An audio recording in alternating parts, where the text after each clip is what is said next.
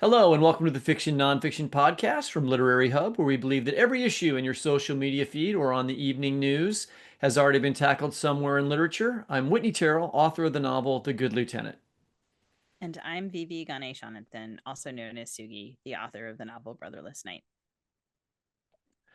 So, Sugi, I don't know what to tell you, but the weather here has been, we're making our way into fall. We have some very classic fall afternoons, golden light. Of course, I don't like the daylight savings time when the night comes sooner. It gets chilly, it's cold. I've been sitting in at my son's district soccer games with a blanket over my legs and my hunting boots on. It's summer's over. Damn it. Winter's coming. Well, that means that we get to have that fall feeling. But I got to say, this year, Minneapolis has been really freakishly warm. And Minneapolis fall is supposed to be cold. It's supposed to be early. I'm supposed to be wearing my Columbia jacket, which is my DEF CON 1 jacket. Shouldn't it have And snowed there by now, for crying out I mean, loud? basically, and here the other day, I actually went out without any coat at all. Well, I mean, we all know why that is, and that is climate change. I'm just going to tell you this one thing. Everything's going to be all right. You don't believe that. I don't believe that. Nobody sane believes that. COP30, the UN's annual climate change conference, just started in Brazil, and the headlines are all about how the Trump administration's climate denialism is damaging efforts to slow climate change. We're failing. We aren't even close. You're right that I don't believe that everything's going to be all right. But I have been reading an amazing book by our friend Kathryn Nuernberger about mutualisms and climate change. And she writes, that is the story we all need to believe if we're going to live. Okay, the pre-show banter is supposed to be light, and you're fucking it up. I am not the one complaining about how it's too warm in Minneapolis, which I think you should be grateful for, maybe in some ways. Maybe you should think that that's a everything is going to be all right moment. Okay, you and I are not climate denialists, but this episode will be all right because Kate's going to come here to explain to us what she means by that phrase and to talk to us about COP30 and her new collection of essays held Essays in Belonging, which is about symbiotic mutualisms, climate change, and finding family at the end of the world.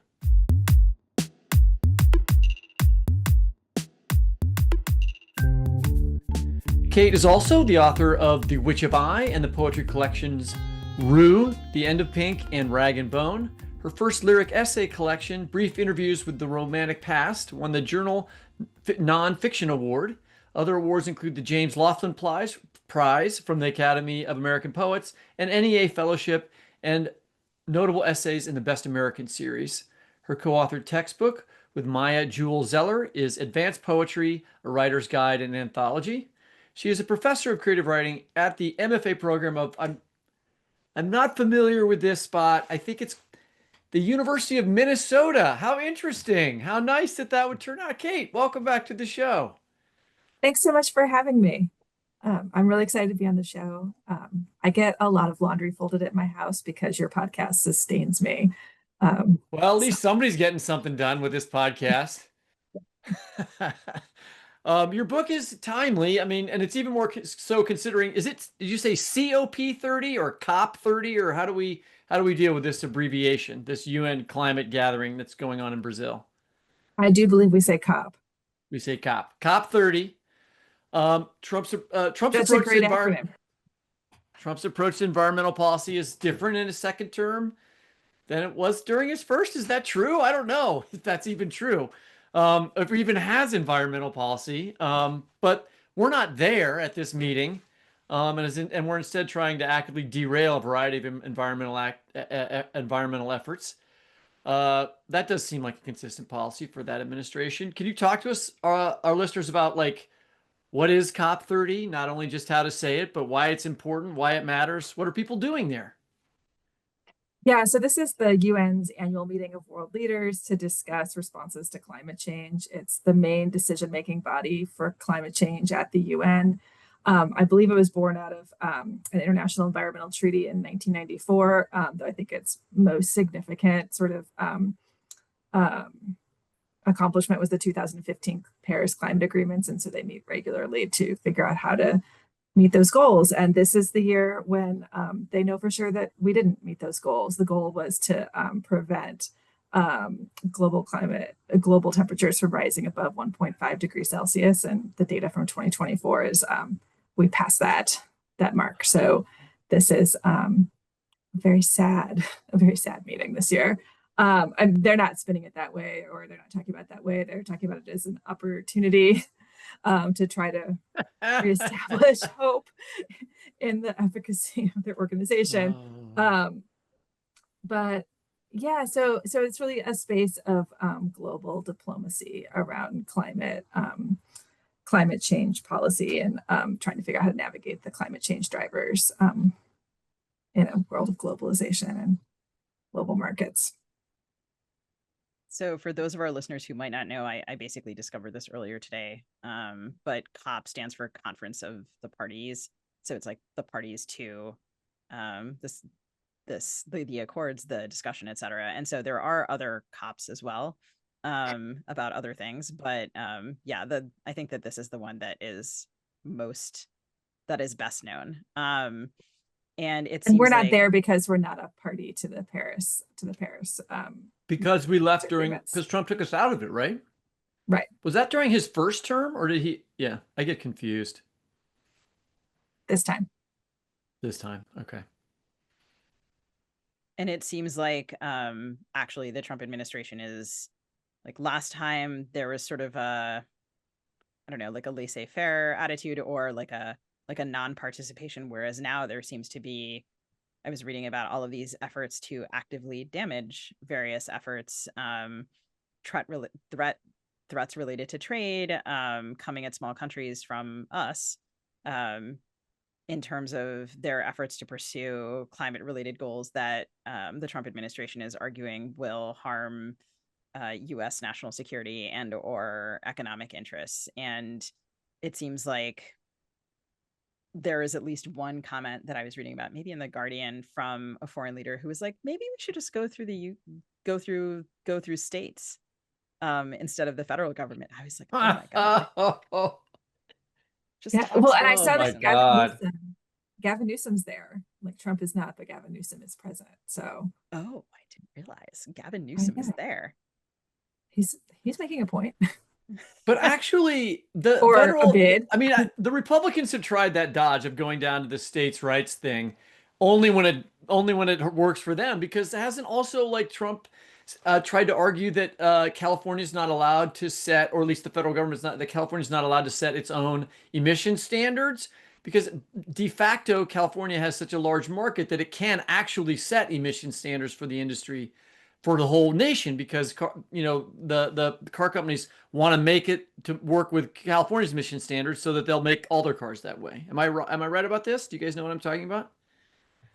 What you're saying sounds right, but I am okay. Not the person prepared to. No, I'm going to say it's right. I feel very confident about this. I read an article about it.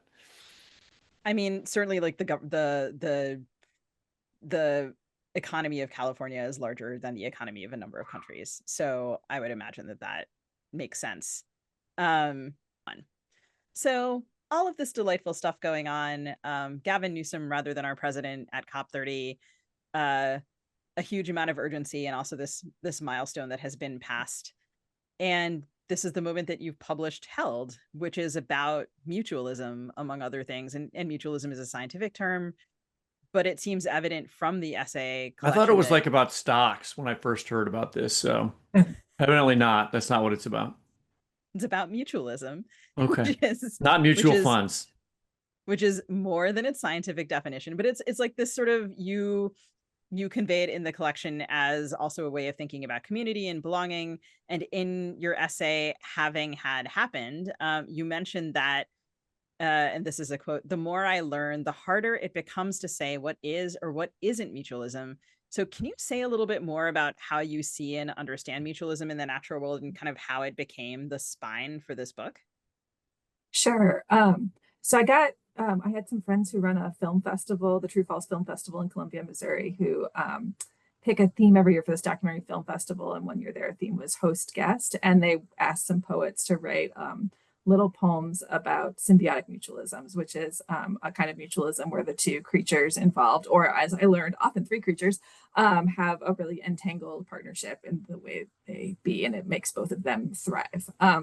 And a really nice example of that, well, yeah, so the one I wrote about for them, so they asked these poets to write about symbiotic mutualisms, and then they turned them into like little movies that were really, it was really fun to be animated. So the one I picked was the whistling thorn acacia tree, which has cocktail ants. So the tree has thorns to protect it, and then the cocktail ants burrow little holes into the thorns and set up shop there. And then they secrete saliva junk that makes the thorns that they burrowed into swell up into galls, which are like these like bulbs on the tree, and then the ants live inside these balls. And the gall like takes some energy from the plant, so it's like it will often look like a diseased plant. Lovely side fact: the holes that they burrow into the thorns, the reason it's called the whistling thorn acacia tree is that the wind blows through those thorns. It makes kind of like a flute-like sound, which I think is very nice. But that's not the most important thing about the relationship. So then the tree, instead of trying to get rid of these ants that are feeding on it, actually like feeds them very intentionally. It like creates nectaries inside those galls where it like feeds them sap. And then it turns out that what the purpose for all of this, the reason the tree is so generous, is that when large herbivores approach the tree, elephants, but especially giraffes, when they approach the tree and go to eat the leaves, the tree can use those nectaries. It can send pheromones into the nectar that the ants are able to respond to, and basically the tree lets it know we're under attack, and then the ants like come swarming out and like attack these herbivores, and it protects the tree from these predators. So the ants have food and shelter, and the tree has a really interesting defense mechanism. So that would be an example of symbiotic mutualisms, and the filmmakers had given me this like whole long list to choose from, and I picked this one because I like the flute. I was like, oh, I'll do the flute one, but with the wind. But then I was just sort of obsessed, and I just kind of kept going with the rest of the items on the list. And I will say, like, I applied for some grants along the way, and like one of the notes I got in feedback for the grant was I should focus on parasites instead because humans are parasites. And I was like, sure, but that seems very hopeless. And then like as I went along, I learned though that in most cases, like the problem with a parasite is that if it, kills its host. So evolution rewards parasites for finding balance. And actually many symbiotic mutualisms began as parasitic relationships, like including like the mitochondria in our DNA is like a very ancient parasitic bacteria that was like in the cells of algae, and the cells sort of like worked it out. And so now there's like mitochondria in like all of our cells. And that's a consequence of parasitism turned into a mutualism. So I found this hopeful. So that was maybe a reason I kept running with it, is I wanted to feel hopeful. Started writing the book during the first Trump administration when I felt very acutely aware of how lonely I was and how estranged I felt from my communities, and sort of had this very deep feeling that maybe belonging was impossible, or, like I don't, and there was just something about this research and the tension between the idea that kind of, there's an idealism that seemed impossible to me, and it made me want to write into that impossibility a little bit more. So each of the essays in the book tries to have a mutualism at the center of it, and then some meditations on other experiences around it. Can you say a little bit about the title? Yeah, I think so. Took a long time to get to that title. Okay, so one of the things about mutualisms, you mentioned the line about everything being a mutualism, or I forget in the setup of the question. That it becomes harder to say what is or what isn't mutualism. That's what I said. Thank you. Yeah. So one of the things that became very hard was like to discern was I started pollination is sometimes described as a mutualism, right? Like that's a mutually beneficial relationship, and it's like ubiquitous. It's everywhere. Our mitochondria are a consequence of mutualism. So I started realizing mutualisms are the default mechanism of the biosphere, like rather than the sort of like eat or be eaten, predator prey relationships that I think feel very natural under capitalism. I feel like that's like that really mutualism is it's a better system for survival, and it's ubiquitous. And I guess the word held to me felt like it kind of captured a sense of being held in, I mean, one way I was thinking about it is like we're held in our ecosystems, right? We are held by all of these other life forms that support us, and we might support in return if we let ourselves. It is interesting the way that, like, I was thinking a lot about the way natural metaphors and different forms, systems other than mutualism, like, like the more typical life cycle of life that you learn where, gazelle eats grass, lion eats gazelle. This is the cycle of nature, right? Everything's being recycled in that way. And you see, all the time people on Wall Street describing themselves as lions, out to, prey on people. But on the other hand, like, isn't I mean, to what extent, how do you determine like what's mutual and what's not? I mean, if you go just by the organisms, right, then your symbiotic mutualism is like only if all the organisms survive. But what if a cycle is like about a lot of organisms working together, but some have to die to make Right. it work? I mean, in reality, that also happens. Yeah, so I mean, the scientists, right? So mutualism actually covers three categories of things. A parasitism is like also under the umbrella of mutualism, and then there's commensalism, which is like one party doesn't care and the other party benefits, and then symbiotic mutualism is when both parties are benefiting. And the ecologists will do equations to sort of calculate like they'll try to figure out how to like control various variables and then determine like is this mutualism increasing the survival rates of both parties involved in the mutualism.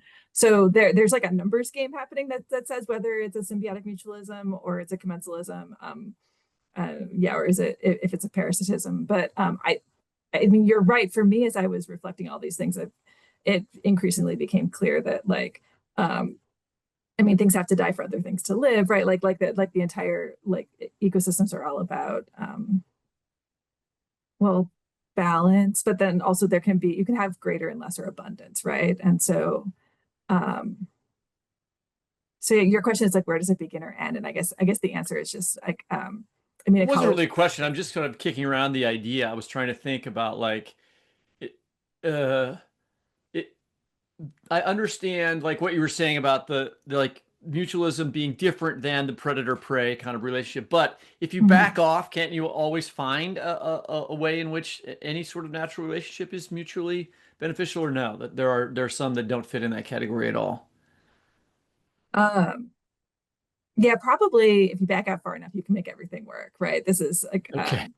this, I mean, for example, there's some suggestion that a lot of mutualisms, a lot of symbiotic mutualisms, um, the yucca plant and the yucca moths that pollinates that plant, I they have love keep giving us more examples. Those are the specific examples are the cool things. I I can do that all day. So Okay. like this moth has like the coolest, craziest mouth you've ever seen. It looks like this very cool alien, and it's got like three tentacles coming out, and it's got this wild processy mouth thing going on because it fits perfectly like a puzzle piece into the seed pod of this yucca flower that has these like three kind of like petal shaped seed pod things that come out and or yeah, no, I'm sorry, I'm getting ahead of myself. Later it has these seed pods because the flower has these three like petal shapes that are coming out. And so the moth is like putting its mouth right in there and fit perfectly. And it's pollinates this yucca. The yucca can't get pollinated by anybody else. Nobody else has a mouth that'll do this thing. And that's an evolutionary adaptation. But how the how to keep the moth from taking too much, right? How to keep the moth from being overzealous in its work. Um, there's a I want to I'm now got to go back and read my own damn book. There's I think it's a wasp that is parasitizes the moth, and that presence of that third party. What I want to get is the presence of a third party parasite that controls one of the populations is sometimes helpful because or is very frequently helpful in maintaining a symbiotic mutualism because the tendency is for one part of the relationship to like take too much, and so having like another like third population control becomes important. So that really disrupted my like, oh, these symbiotic mutualisms are so pure and beautiful, and we're like, Oh, uh, yeah, But at the same time, there's also, this thing where parasites are constantly pressured to become more symbiotic with their hosts, because otherwise, like if your hosts all die out, then you die out right after them, right? Like this is, I mean, if you want to run with the metaphor, I mean, I don't really love a metaphor. I'm more interested in proximities and putting things side by side in juxtapositions. But if we're parasites, like I would say we are definitely flirting with, like, if we don't figure out how to be more symbiotic with what we're parasitizing, like it'll die, but then we will follow shortly thereafter. It's so like. Are the squirrels in my yard burying walnuts engaged in symbiotic mutualism? I think so. I don't know if it's mutualism or I mean, yeah, because it helps the trees like it, right? That they're helping to, like, they're eating some, and but then they also, live in those trees. Mhm. Okay, just was thinking about it in practical terms in my yard.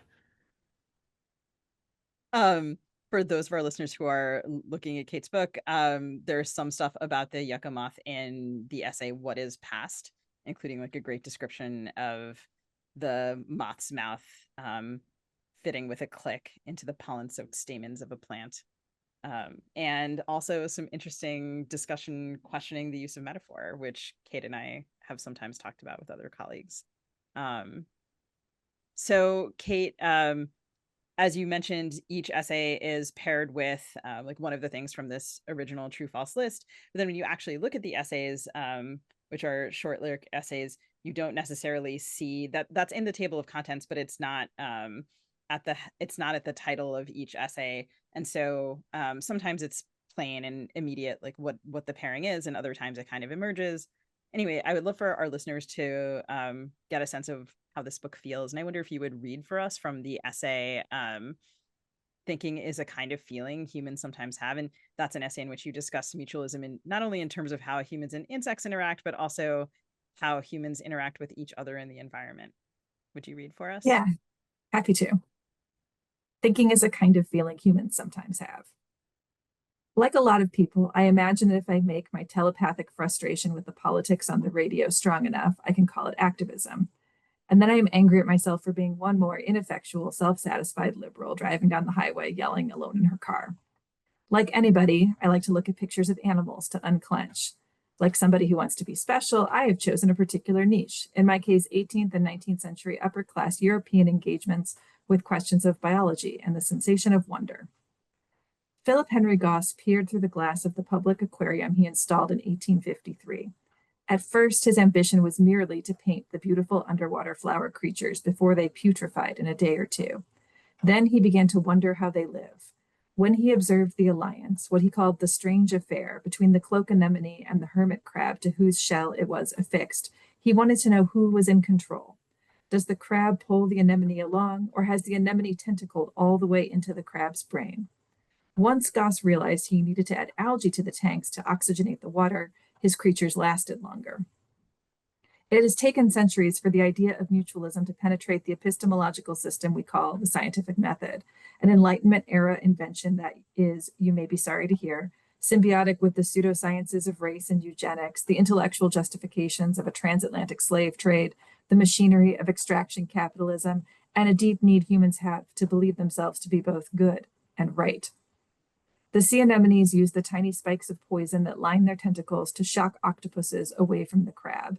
In return, the crab shares some of its prey.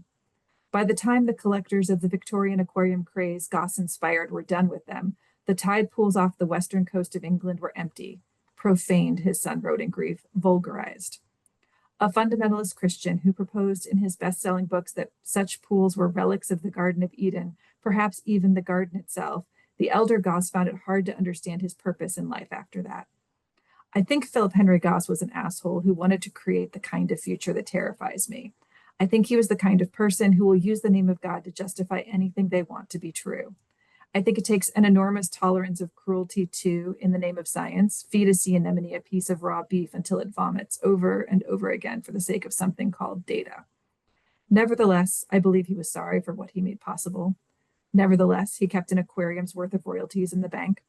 Nevertheless, I turn with wonder the illustrated pages of his masterpiece, The Aquarium, feeling more and more as if it is my own face that has exploded into whirls of tentacles, each prickled up with sensations of temperature, salinity, the speed of the current, the rippling presence of some other creature I might repel with a shock of poison or draw toward what a human might call my eye, but is in fact my mouth, stomach, anus, egg, sperm, esophagus, intestines, all one singular well of my being. Thank you very much. It's a Yeah, great essay. I hope you don't want me to explain it. No, I'm not going to ask you to explain, but we're going to talk about it. I want you to tell me. I think that I understand this intuitively because I think you explain it afterward. I think Philip Henry Goss was an asshole. Is that because he is engaging on scientific experiments on these like sea creatures and removing them from their natural environment and putting them in an aquarium to look at? Is that what you mean there? Yeah, I do think trying to feed a sea anemone a piece of beef more than once, like the thing throws up, it can't process it, and watching it become sick. And he describes this in detail. So yeah, I think that's It's pretty not twisted. mutual. It's not a No. mutualism.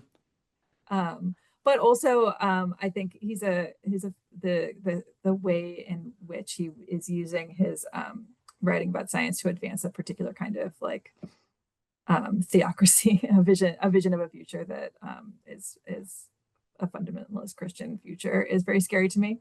I think, yeah, I would say that too, right? I think the fact that he's using the tide pools and people's the fact that people are mesmerized by their beauty as an occasion to advance, I think, a pretty awful ideology. Makes me not like him. I should So say I I go ahead, Sugi. I'm the one who picked this essay for Kate to read, and I will just say that I appreciate a lot the way that it invokes personal engagement with activism at the beginning, and then that there's this. I mean, this is a particular thing I love about your voice, where you're capable of kind of leaping from this intense observation of scientific detail to, I think Philip Henry Goss was an asshole, which is like something I like. That kind of leap, a register that can contain both, is something that I think of as characteristic of your particular voice, and also like the kind of merciless observation of something that is evil, right? And this, like, when we think about science now, like in the discussion of environmentalism, like we're like, it's easy to kind of idealize science in its pursuit, and here like you're historicizing it in this really interesting way, which is actually like also about the ways that it's always been practiced. Like there's extractive science and violent science, and that's part of the history too, which I think is easy. It's easy, at least for me, to forget. Like thinking about the scientific method is engaged with like eugenics and all of the stuff that you said in that essay. I don't know. It's a very short essay, but it contains a lot. I Yeah, I sometimes feel so frustrated with the scientific method and scientific practices, and yet, I met so many scientists working on this book, and it was a pleasure, and they were they're both lovely people trying very hard to do really good things, right? In many cases, not, some of them just want to get tenure by making a very cool bomb, and I don't have a lot of use for that. But I mean, I didn't hang out with those people, but that is a kind of colleague we have, Suki. But I feel like I was thinking about, like, I went to the H.J. Andrews Research Forest and got to spend some time with the people working on the spotted owl tracking project, right? And they love the spotted owls there so much.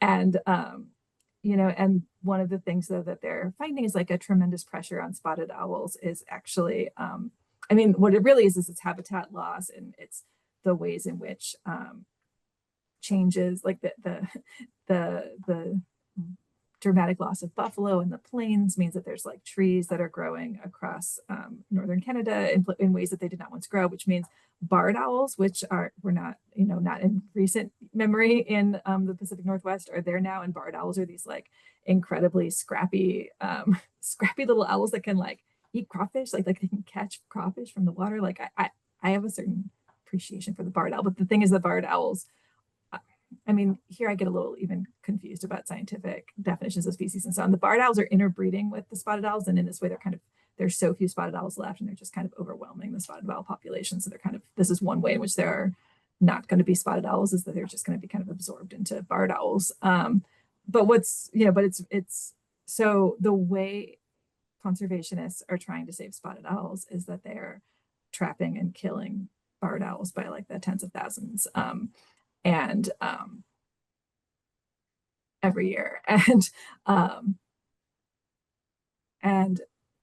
part of me wants to have judgment about that, but then I'm also like, like it's in the absence of the political will to create the, to reestablish like a viable habitat for spotted owls. This is like they're trying to do what's right, and I just see the morass that we all sort of are sitting in, right? Which is like, do we just walk into a future where there are no more spotted owls? Like they occupy a particular kind of niche, there will be a cascade of consequences for other creatures in the redwood forests if there are no spotted owls, and if they're overwhelmed by barred owls instead, like other things will follow. So yeah, I'm just gonna say, like, I do think Philip Henry Goss is an asshole, and I feel like I am too, for having like all of this judgment with no, like I don't know what we should do for the spotted owls. I don't know what's practical and workable. I'm glad I'm not the person, killing barred owls and putting them in freezers. Like I'm glad that's not my job, and I wish I had a solution that was different from that one, right? Well, when you're talking about specific, like how to save this population or another, that's complicated. Um, However, what I did feel like it felt like you were doing in this book with by focusing on mutualism and its specific examples and how it works, and is pointing out like how much of our way of thinking in terms of language, which is your territory and mine, right? Language and the way that we think about stuff determines how we act in the world physically, right? And that how little of our language, in terms of the way that we think about science, or even the way we think about the natural world, considers mutualism, right? That you're trying to suggest there's another language, right? There's another way of thinking about these problems that we're not actually addressing. And I felt like you were constantly trying to push back against ways that we accept, thinking about like language, science. Science is good for liberals. We all love science now. We want everything to be science. And you're like, hey, maybe not. Let's think about how this language works. Is it really what it is that you think that it is, right? So I appreciated that effort to kind of like rethink the way that we're thinking about the ecology, the environment in general, and the way and the language that we're applying to it. Yeah, I mean, like as I was reading and researching and just trying to understand relationships in the natural world, I feel like a lot of indigenous scientists, indigenous teachings seemed deeply resonant with me, right? Like the sort of centering of relationships, right? The phrase "all my relations" being at the center of all of these epistemological systems seemed really beautiful. And then I was just also really aware as I was writing that, like, as a settler colonialist, that's not my tradition, and I didn't want to appropriate other people's stories in ways that would, I just simply didn't want to appropriate other people's language and other people's cultural heritages. I didn't want to be a 19th century anthropologist in the way I wrote about the natural world either.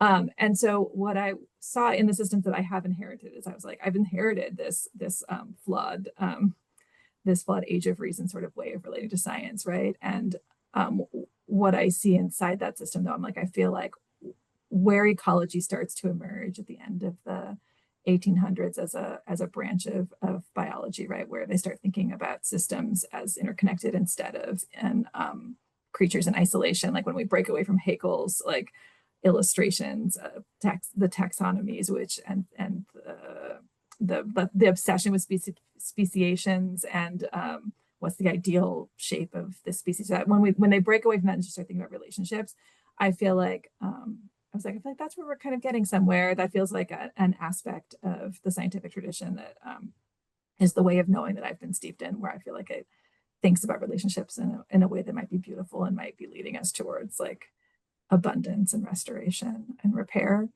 And I feel like symbiotic mutualism is like emerges out of ecological thinking, out of that kind of systems thinking, instead of that kind of like classification thinking that was I think is a more flawed model.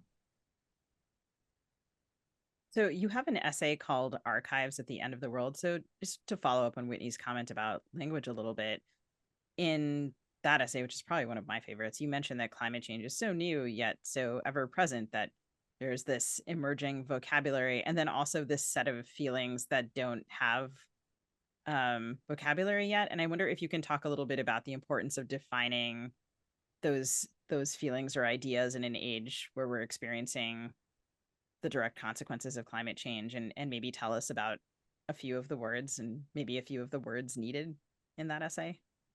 Sure. Yeah, I was inspired by these two artists, Heidi Quante and Alicia Escott, created this a website, but it's like a sort of installation performance art kind of project where it's called the Bureau of Linguistical Reality, and they propose some words for what it is like to live in an age of climate change, and then also invited people to both submit words and submit words in to submit definitions and need of words. And yeah, and it was, I was writing this essay, I was meditating on, I don't know that we can, until we have a word for something, it's very hard to make it real and to talk about it. And so I think we have words for grieving each other, right? Other humans, and, you know, other, you know, creatures who are very, very close to us, right?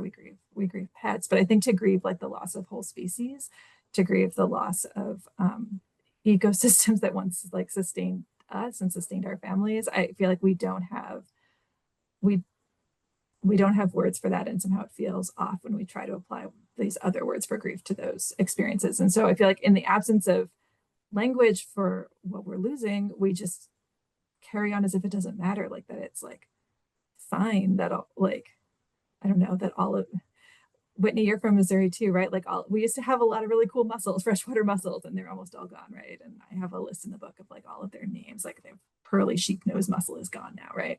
So and I guess I just was thinking about like if we let ourselves feel as sad as it is, that might be a good start for not killing more stuff, not watching more stuff die while we wring our hands. And I think it's relevant to say like their project, when they write about it, they talk about their example of a word that was needed that was only recently invented as genocide, which was coined by Raphael Lemke in response to the Holocaust. And so that is a relatively new word we have come to need. Solastalgia is a word they put in their original project, which is a form of homesickness one has at home when the environment has been altered to the point of unfamiliarity by climate change.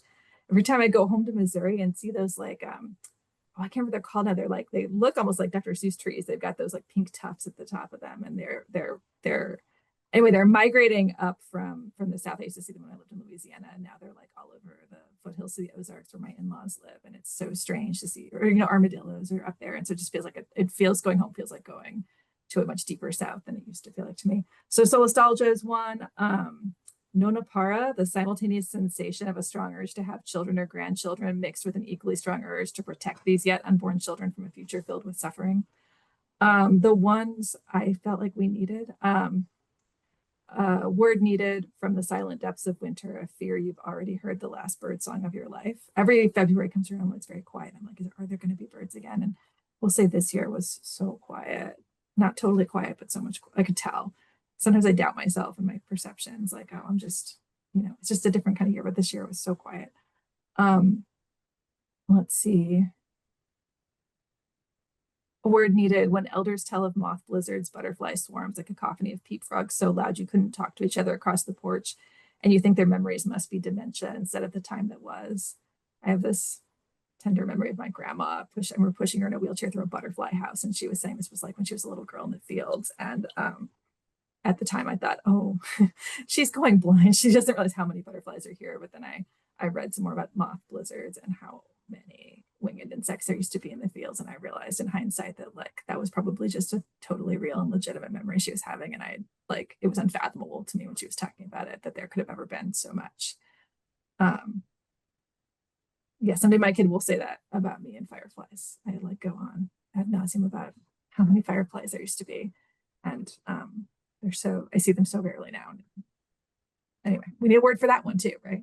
Just I a word love for that fear essay. flies. I'd like a word for not knowing whether, I guess maybe it's two words. I don't know. Like one is like seeing a change that is in my natural environment that no one else is noticing. Like it's easier when somebody makes a big deal out of a species being lost, but like just a little thing like, okay, these particular pine trees in Loose Park, where I have gone ever since I was 5 years old, died, you know? And they just, I'm sure it's because the environment changed and the places where they were replaced by these sort of ground wasps that only, you know, like, and that they're not supposed to be there either, you know? And so, um, and like, but there's no one was there to remark it. I just was like, oh shit, I think that's what's happening. And it was a particular feeling that I don't have a word for. Sorry. Thank you. Yeah, it might be Oh, wow, you're solastalgia supposed now. to give me one. Oh, I think you might. Well, I mean, I think that from their project, I think that sounds a bit like solastalgia, the form of Okay. homesickness when your environment has changed to the point of Yeah, unfamiliarity. maybe that's what it is. Sugi, I think we have to go to the last question now. Okay. I guess my question, I was thinking the same thing, but there's two questions left and I don't know which one we want to ask. I think we can skip the one with Annie Diller and Barry Lopez. Well, or we could give Kate a choice of which one she'd like to answer. I love talking about Annie Dillard and Barry Lopez.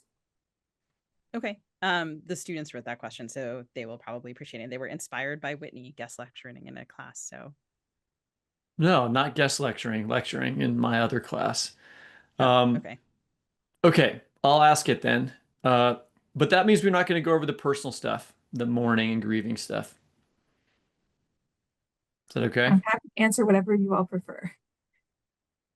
I don't care. Um, I'm asking Suki.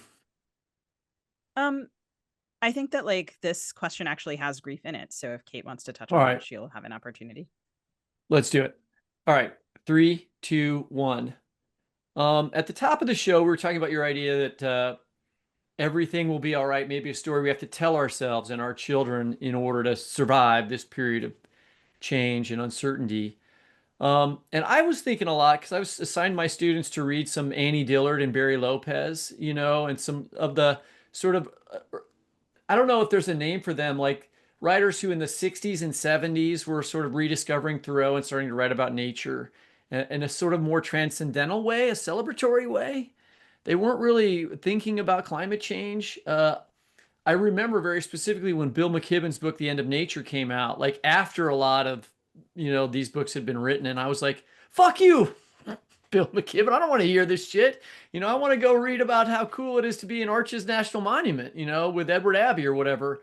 Um, and so they were focusing on the awe and wonder and surprise of nature. And like contemporary writers, there's always this grief part, like it's going away, you know. Um, do you see what tradition do you feel like held is participating in or resisting, you know, in the difference between the sort of cynical Anthropocene writing and the like the writing of this prior time, more transcendental nature writing tradition? Yeah, well, I mean, I do feel like um, deep transcendental feelings about the natural world, right? Like, I do feel like, yeah, I do very much ascribe to that sort of Emersonian notion of like, like if I believe in a God at all, it's just this kind of like divinity of life just sort of permeating the ecosystem, right? And like for a minute, like the divine pops up as like this weird thing that is a self-conscious human that is like perceiving it all, and then later it pops up as like some kind of like deeply patient cicada, right? And like that I really love the way it feels because I'm one of these self-conscious humans. I really love the way it feels to be perceiving all of this aliveness, all of this like light and vitality. Um, but also, the truth is there's less of it right now, like, and right, that the abundance is fading from the world, right? The mass extinctions that are this cascade of mass extinctions that we're witnessing is just it is real. So I don't know how to I don't know how to imagine a kind of nature writing that tells the truth that isn't kind of sad right now. I'm not sure that's cynical. Like, I think that's just true. I will say, like, yeah, the line about everything's going to be okay. I mean, you know, I said that to my kid after their best friend died in an accident they were present for. I was present for it too. It was a drowning accident. And so it was obviously, or, you know, and I told myself I'd never lie to my kid. And this was a moment where I realized, like, they needed to hear that. I'd read some child psychology stuff, and it was clear that was what I needed to say. And I said it, and it did really help my child. And I watched their face. I watched, like, the hives subside. And I've thought a lot about it. I was like, why would that work? I was like, because they knew their friend couldn't come back. It wasn't all right. Like, that could not be made all right. So so I wondered why it helped anyway, right? And I guess I thought about things in, like, a cosmic scale, right? Which is like, you know, things are, if we are tied to everything is all right, in the sense that oh, what do I want to say about this? I guess it was, like, should I talk about the Triassic? I mean, like everything will be all right, in a sense that, like, there's birth and there is death, and that those cycles come around and around, but that feels like it also, like, makes the present moment not matter or something. And I don't think that's true either. Sorry, I had more cogent thoughts about this earlier, and I probably more. No, I mean, I think about this a lot. I understand. Like, for instance, I am not religious in any way that I know of. But my parents are.